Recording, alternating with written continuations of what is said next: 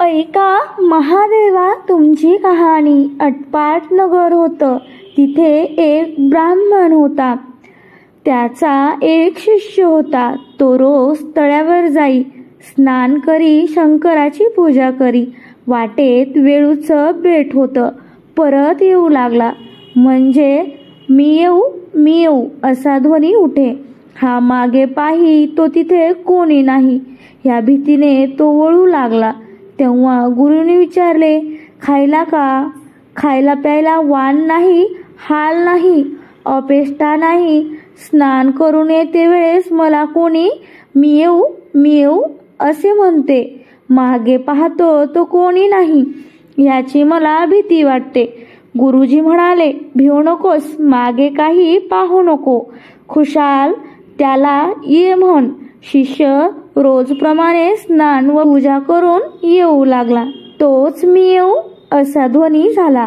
तेव्हा ये असे त्याने उत्तर दिले.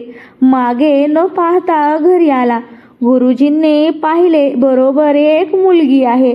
त्या दोघांचं लग्न लावलं. त्यांना एक सुंदर घर दिलं. त्यानंतर श्रावणी सोमवार आला. तो बायकोला म्हणू लागला, वाट पाहू नको, उपाशी राहू नको. आपण उठला, शंकराचे पूजेला गेला. हिने थोडी वाट पाहिली, स्वयंपाक करून जेवायला बसली. एक घास तोंडात घातला, इतक्यात पती आला. अग दार उघड. पुढचं ताट पलंगाखाली ढकलून दिले. हात धुतले, दार उघडलं. पतीही घरात आले. नित्यनेमाने करू लागले. पुढं दुसरा सोमवार आला. त्या दिवशी असंच झाले. असं 4 सोमवारी झालं. सरता सोमवार आला. रात्री नवल झालं.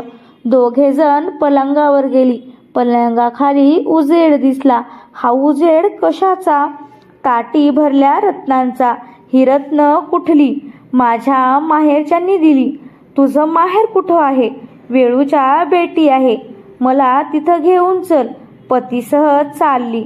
मनी शंकराची प्रार्थना केली, मला अर्धघटकेचं माहेर दे. तो वेळूचं बेट आलं. एक मोठा वाडा आला. कोणी म्हणे माझा मेहुणा आला, कोणी म्हणे माझा जावई आला, कोणी म्हणे माझी नणंद आली, कोणी म्हणे माझी बहीण आली. दासी बटकी राबत आहेत. शिपाई पहारा करत आहेत. बसायला पाट दिला. भोजनाचा थाट केला.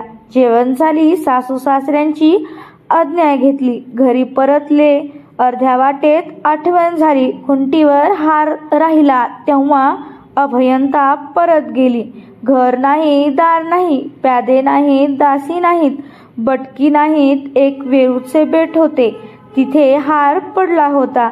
हार उचलून गळ्यात घातला. नवऱ्यानं विचारलं, इथलं घर काय झालं?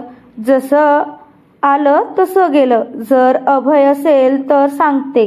4 सोमवारी हाक ऐकली. जेवती ताट ढकलून दिली. रत्नांनी भरली. सोन्यांची झाली. माहेरची म्हणून सांगितली. शंकराची प्रार्थना केली. अर्धघटकेचं माहेर मागितलं. शंकर पावला. माझी इच्छा पूर्ण झाली. जसं त्यांना शंकर पावला तसा तुम्हा आम्हा पाव. ही 60 उत्तराची कहाणी. 60 उत्तराची कहाणी पांचा उत्तरी सुफूळ संपूर्ण. शिवशंकर शंभो. हर हर महादेव. श्री स्वामी समर्थ.